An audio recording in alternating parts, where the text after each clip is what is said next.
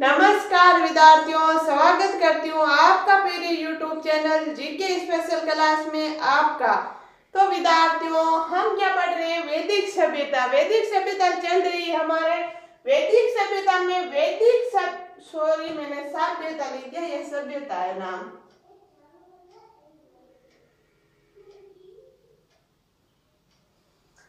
वैदिक सभ्यता की प्रमुख विशेषता आज हम देख रहे हैं। वैदिक सभ्यता, हमने वेद देख लिया था, उपवेद देख लिया था, हम ब्राह्मण ग्रंथ देख लिया था। सब कुछ पढ़ते पढ़ते आज हम यहाँ तक पहुंचे। वैदिक सभ्यता की प्रमुख विशेषता देख रहे हैं। क्या देख रहे हैं? वैदिक सभ्यता की प्रमुख विशेषता क्या है?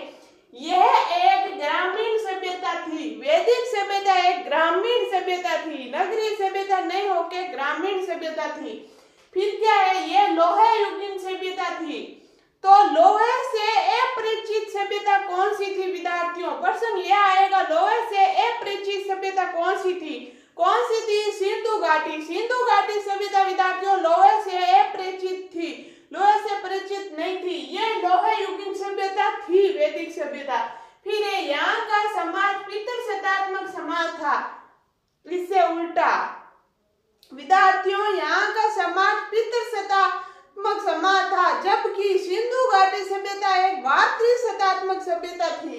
फिर ये वैदिक सभ्यता की प्रमुख भाषा कौन सी है? संस्कृत थी। वैदिक सभ्यता की प्रमुख भाषा संस्कृत थी। फिर ये पशु घोड़ा। तो विद्यार्थियों वैदिक सभ्यता का पीढ़ी पशु घोड़ा है। पीछे जाओ, सिंधु घाटी सभ्यता का पीढ़ी पशु कौन सा है? आप कमेंट करके बताना। और मैं पहले आपको बता ही देती हूँ, कुबड़ वाला पेड़, लेकिन आप कमेंट भी करना आप क्या करोगे, मैंने बता दिया। फिर वैदिक काल को यहाँ से फिर 6 नंबर ये पॉइंट है, सर्वश्रेष्ठ नदी कौन सी है? सरस्वती। पीछे जाओ, सिंधु घाटी सभ्यता की नदी सर्वश्रेष्ठ नदी कौन सी थी? घग्गर। ज्यादातर कौन सी थी? घग्गर। और यहाँ कौन सी है? सरस्वती। सरस्वती नदी आपको मैंने एक बार बीच में बताया था, और फिर हम पढ़ेंगे तब पढ़ेंगे। इसका नाम क्या है? इसकी सहायक नदियां कौन सी है? सरस्वती, दरस्वती, नटमती, मरमती। ये ट्रिकों से मैं आपको बहुत अच्छी तरीके से नदी याद करूंगी। हम बहुत जल्दी दीपावली के बाद में कोशिश करूंगी आपकी ज्योग्राफी शुरू करने की। आप कमेंट्स कर देना, आपके ज्योग्राफी शुरू करूं या राजनीति विज्ञान शुरू करूं, दोनों में से एक लूंगी मैं। फिर है प्रमुख व्यवस्था। प्रमुख व्यवस्था कौन सी थी? पशुपालन व कृषि। पशुपालन व कृषि प्रमुख व्यवस्था थी। प्रिय देवता। प्रिय देवता पूर्व वैदिक काल के इंद्र, उत्तर वैदिक काल का प्रजापति। पूर्व वैदिक काल का प्रिय देवता इंद्र था विद्यार्थियों, उत्तर वैदिक काल का था प्रजापति। और एक बात मैं भूल गई, सबसे पहले आज है धनतेरस है। धनतेरस की ढेर सारी शुभकामनाएं आपको। आपके घर बहुत सारी लक्ष्मी आए, मेरी तरफ से आपको हार्दिक शुभकामनाएं धनतेरस की। फिर है वैदिक काल को अध्ययन की दृष्टि से 2 भागों में बांटा जाता है, जो कि निम्नलिखित है। वैदिक काल को विद्यार्थियों अध्ययन की दृष्टि से 2 भागों में बांटा जाता है, पूर्व वैदिक काल, उत्तर वैदिक काल। कौन कौन से? पूर्व वैदिक काल, इसी को बोलते हैं ऋग वैदिक काल। टाइम इसका 1500 BC से 1000 BC। उत्तर वैदिक काल 1000 BC से 600 BC। ये 2 वैदिक काल पढ़ेंगे विद्यार्थियों, पूर्व वैदिक काल, उत्तर वैदिक काल। आज हम क्या लेंगे? शुरू करेंगे पूर्व वैदिक काल। इन वैदिक कालों में हम क्या क्या पढ़ेंगे? राजनीतिक जीवन, सामाजिक जीवन, धार्मिक जीवन, आर्थिक जीवन, ये पढ़ेंगे विद्यार्थियों। क्या पहले लेंगे हम पूर्व वैदिक काल, जैसे कि हम ऐसे पढ़ेंगे पूर्व वैदिक काल का राजनीतिक जीवन, फिर पढ़ेंगे पूर्व वैदिक काल का सामाजिक जीवन, फिर पढ़ेंगे पूर्व वैदिक काल का धार्मिक जीवन, फिर पढ़ेंगे पूर्व वैदिक काल का आर्थिक जीवन। इसमें खान पान, रहन सहन, विवाह, सब कुछ सारे पॉइंट हम पढ़ते जाएंगे। राजा क्या क्या क्या कौन कौन सी थी। फिर हम उत्तर वैदिक काल लेंगे, फिर ऐसे पढ़ेंगे उत्तर वैदिक काल का राजनीतिक जीवन, उत्तर वैदिक काल का सामाजिक जीवन, उत्तर वैदिक काल का धार्मिक जीवन, उत्तर वैदिक काल का आर्थिक जीवन। यह है विद्यार्थियों वैदिक सभ्यता की प्रमुख विशेषता। इसमें आप तुलना करके पढ़ना ताकि आपको अच्छे से याद रहेगी। पहले हमने क्या पढ़ा था? सिंधु घाटी सभ्यता, और अब हम पढ़ रहे हैं वैदिक सभ्यता। तो ऐसे याद रखना, ये एक ग्रामीण सभ्यता थी, सिंधु घाटी सभ्यता नगरीय सभ्यता थी। ये एक लोहे युगीन सभ्यता थी, सिंधु घाटी सभ्यता लोहे से अपरिचित है, वो तांबे से परिचित है, जैसे कि तांबा है, आपको पता है। पीतल है, तांबा है, उनसे परिचित है, लेकिन ये लोहे से परिचित है। यहाँ का सामाजिक पितृसत्तात्मक था, वहाँ का सामाजिक जीवन क्या था, मातृसत्तात्मक था। फिर ये वैदिक सभ्यता की प्रमुख भाषा संस्कृत है, वहाँ की प्राकृत। फिर इनका प्रिय पशु घोड़ा है, उनका प्रिय पशु क्या है, उनका प्रिय पशु कुबड़ वाला बैल। ऐसे करके विद्यार्थियों आप तुलना करके याद रखना, इनमें से आपके 1% आ जाएगा। हर एग्जाम में 1% तो आता ही है, वैदिक सभ्यता से 1% सिंधु घाटी सभ्यता से। तो इसका स्क्रीनशॉट लो, फिर हम आगे चल रहे हैं। मैं बोल रही हूँ, आप लिख लो। पहले हेडिंग डालो, वैदिक सभ्यता की प्रमुख विशेषता। हम आराम से पढ़ेंगे, हमारे कोई जल्दबाजी है नहीं। ये एक ग्रामीण सभ्यता थी, आपको दिख रहा है, आप लिख लो, मैं नीचे याद करके। ये लोहे युगीन सभ्यता थी। यहाँ का सामाजिक जीवन, यहाँ का समाज पितृसत्तात्मक समाज था। वैदिक सभ्यता की प्रमुख भाषा संस्कृत थी। प्रिय पशु घोड़ा था। वैदिक का चलो विद्यार्थियों, थोड़ी सी बीच में प्रॉब्लम हो गई। प्रिय पशु घोड़ा। फिर 6 नंबर है सर्वश्रेष्ठ नदी सरस्वती। प्रमुख व्यवस्था पशुपालन व कृषि। फिर ये देवता पूर्व वैदिक काल का इंद्र, उत्तर वैदिक काल का प्रजापति। फिर वैदिक काल को अध्ययन की दृष्टि से 2 भागों में बांटा जाता है, जो कि निम्न है। क्या है? वैदिक काल 1500 बीसी से 600 बीसी। पूर्व वैदिक काल ऋग्वेद काल का 1500 बीसी से 1000 बीसी। उत्तर वैदिक काल 1000 बीसी से 600 बीसी। राजनीतिक जीवन, सामाजिक जीवन, धार्मिक जीवन, आर्थिक जीवन, ये पॉइंट हम पढ़ने वाले हैं। चलो आपने इसका स्क्रीनशॉट ले लिया होगा, आगे चल रहे हैं। ले लिया? चलो हटा रही हूं मैं।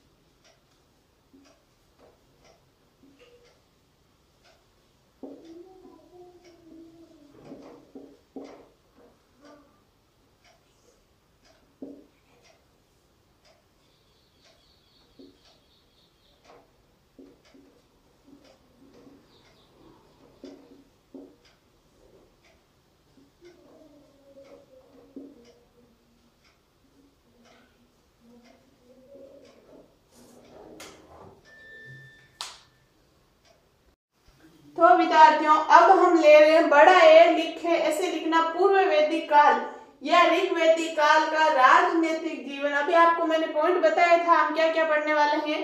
तो पहले हम आज ले रहे हैं राजनीतिक जीवन। फिर छोटा ये लिखना के प्रशासनिक इकाइयां। राजनीतिक जीवन में पहला पॉइंट है प्रशासनिक इकाइयां। क्या है? कुल, कुलपति या कुलप, ग्राम, ग्रामीणी, विस्पति, जन, राजन। पूर्व वैदिक ऋग वैदिक काल में प्रशासन की सबसे छोटी इकाई कौन सी है? कुल। सबसे छोटी इकाई विद्यार्थियों कुल थी, तथा सबसे बड़ी इकाई जन थी। सबसे बड़ी इकाई क्या थी विद्यार्थियों? जन थी। यह बात याद रखना, छोटे छोटे प्रश्न बनते हैं एग्जाम में, तो इस बात का ध्यान रखना। पूर्व वैदिक काल या ऋग वैदिक काल में प्रशासनिक की सबसे छोटी इकाई कुल थी तथा सबसे बड़ी इकाई जन थी। इसका स्क्रीनशॉट लो, फिर हम आगे चल रहे हैं। चलो आप लिख लो, मैं बोल रही हूँ। पूर्व वैदिक काल या ऋग वैदिक काल का राजनीतिक जीवन के प्रशासन की इकाइयां कुल, कुलपति, कुलप, ग्राम, ग्रामीण, विष, विषपति, जन, राजन। पूर्व वैदिक या ऋग्वैदिक काल में प्रशासन की सबसे छोटी इकाई कुल थी तथा सबसे बड़ी इकाई जन थी। ये तो या ऊपर रखना ही है, यहां से हटा रही हूं मैं।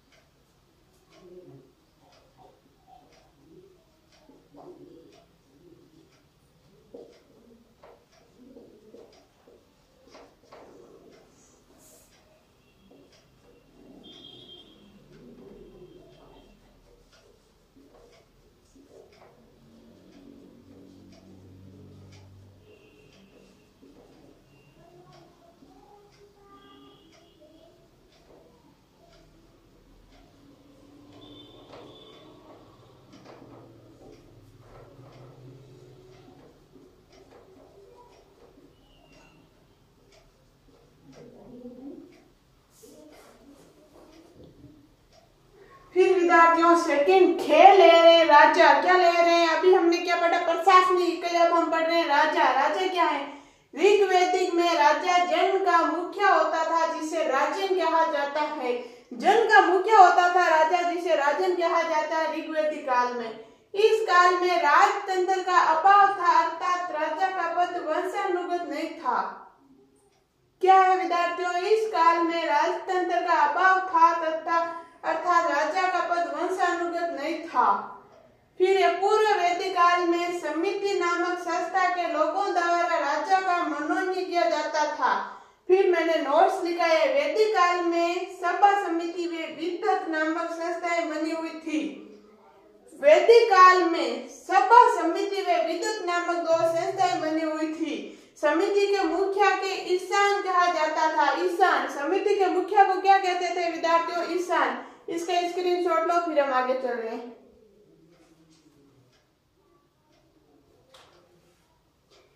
इसमें तो आपको दिख रहा है, समझाने वाली कोई बात नहीं, सीधा राजा, खेल के राजा। ऋग्वेदिक में राजा जैन का मुखिया होता था, जिसे राजन कहा जाता है। इस काल में राजतंत्र का अभाव था, राजा का पद वंशानुगत नहीं था। पूर्व वैदिक काल में समिति नामक संस्था के लोगों द्वारा राजा का मंडन किया जाता था। नोट्स की बात है, वैदिक काल में सभा समिति वित्थत नामक संस्थाएं बनी हुई थी। क्या? सभा समिति और वित्थत, दो वित्थत नामक। फिर है नोट, समिति के मुखिया को ईशान कहा जाता था। ले लिया होगा आपने स्क्रीनशॉट, चलो आगे चल रहे हैं।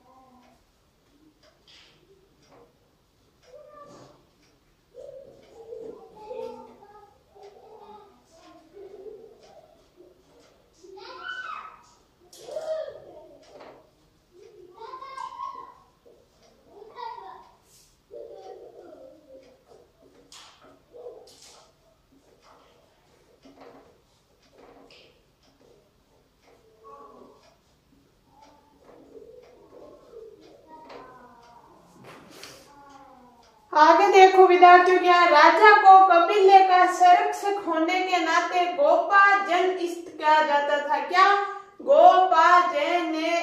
गोपाजनिस्त कहा जाता था। फिर राजा को नगरों पर विजय पाने के कारण पूरा बेटा कहा जाता था। क्या? पूरा बेटा कहा जाता था।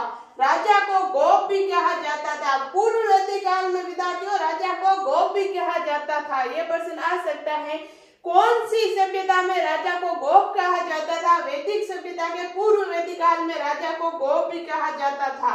पूर्व वेद काल में राजा भूमि का स्वामी नहीं था, राजा भूमि का स्वामी नहीं होता था। पूर्व वैदिक काल में राजा का प्रमुख कार्य युद्ध के समय सेना का संचालन करना था, यानी राजा राज नहीं करता था, सेना का संचालन करना किसका कार्य था? राजा का था। कब? पूर्व वैदिक काल में। तो विद्यार्थियों इसका स्क्रीनशॉट लो, फिर आगे और लिख रहे हैं हम।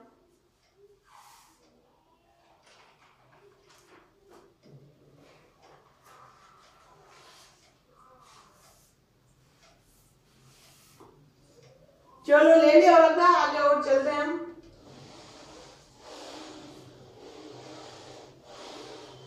ये छोटी छोटी बातें हैं विद्यार्थी, इसको याद रखना, इसमें से ही प्रश्न आता है, छोटी छोटी बातें।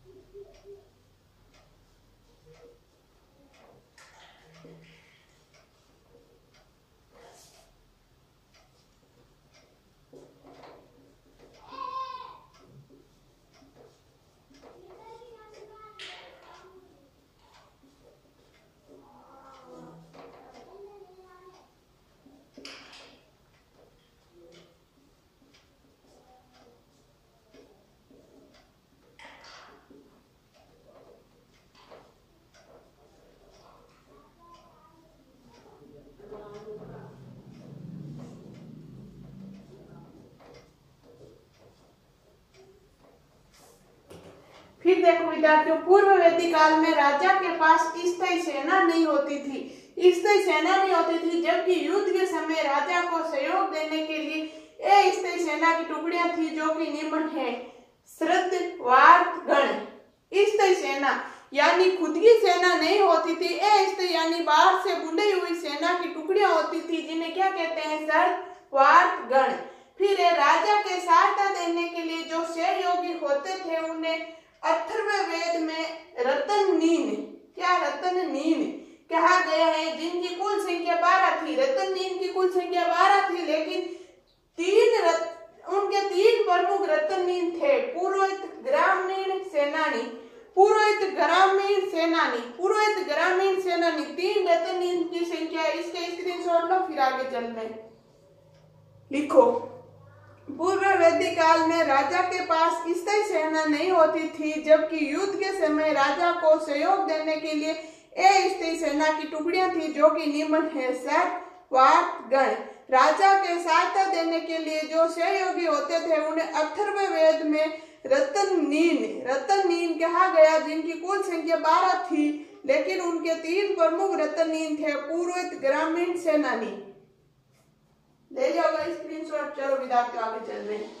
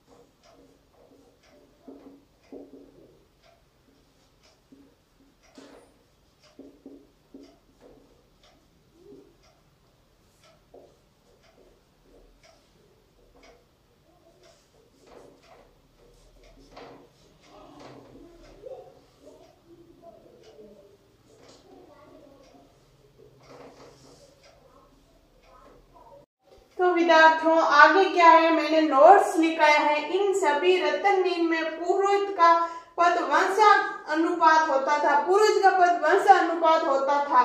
पूर्व वैदिक काल में जनता अपनी स्व इच्छा से राजा को भेंट देती थी, जिसे बलि कहते हैं।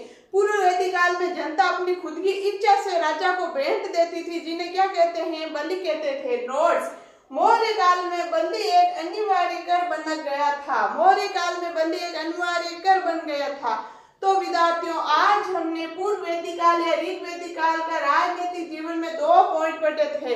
कौन कौन से पढ़े थे? एक तो पढ़े थे हमने विद्यार्थियों 2 पॉइंट पढ़े हैं।